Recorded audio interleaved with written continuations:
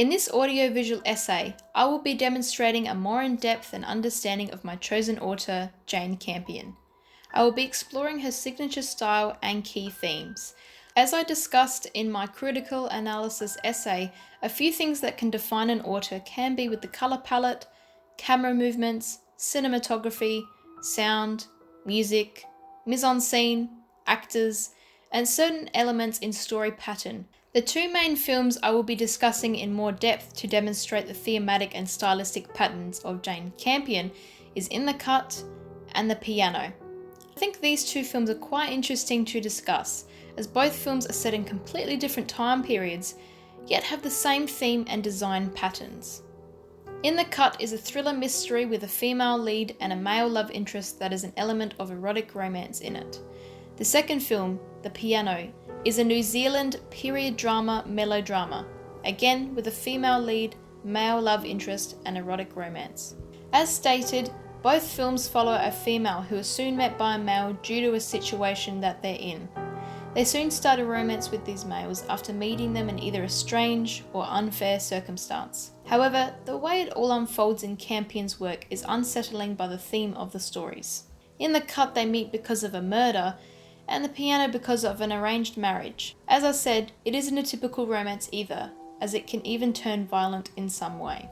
By these foundations, we can see that Campion's films follow a female who is entangled in a strange or unsettling situation that puts them in a position to fight to survive. There are also specific symbolic references that I believe drive her signature style and are a huge part of the mise-en-scene in her works. In The Cut has a red lighthouse, in a classroom, precinct desk, and then finally at the end of the film she ends up in a red lighthouse.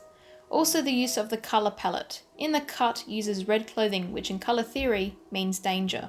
The Piano has a piano which is black and can symbolise the main female voice in some sense. Another key mise-en-scene element is the main female lead is always wearing black clothing, which is a colour of grieving and darkness. I believe the use of a mise-en-scene in all of her works is a part of her thematic and stylistic design by the use of colour, placement, and framework. As I have briefly stated, all of her works have themes that are about females who fight to survive or have an emotional struggle.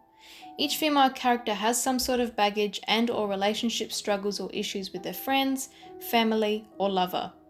They also experience some sort of trauma or loss, and there's also a layer of female sexuality and seduction. Bowler states that Jane Campion's work has women's often complicated relationships, socio-cultural and exploration of the female sexuality, identity, and desire. While I have discussed the two main films that I've demonstrated that follow Campion's signature style and theme, I'll now talk about some of her other work. Campion's 1989 film Sweetie follows a 20-something-year-old female that focuses on her relationships with her boyfriend, parents, and including an emotionally unhealthy sibling. Films have open endings with no resolution, an ending either on a death or an ambiguous ending. She also explores quite dark themes, which adds another layer of psychological element to her films. Campion explores these dark psychological elements and themes in all of her work. This includes An Angel at My Table, which is based off autobiographies of a dramatization of a woman who is in a mental institution. Portrait of a Lady follows a woman who is manipulated by her friends and lover. Holy Smoke follows a woman who at the end of the film turns the table on a lover. Even a drama television series, Top of the Lake, is about a detective investigating the disappearance of a pregnant 12-year-old girl in New Zealand.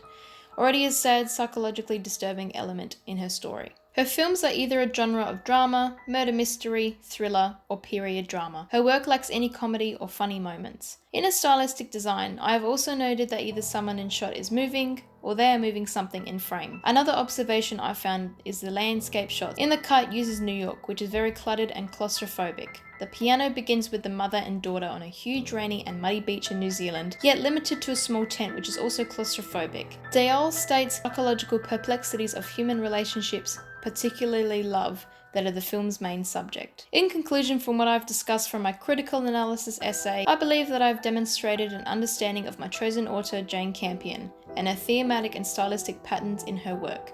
Her work summed up is female-driven with psychological elements of emotional struggle, relationships, female sexuality, trauma, grief, and fight to survive. The way she expresses her themes is strongly with the use of colour palette, mise-en-scene, cinematography, and camera movements.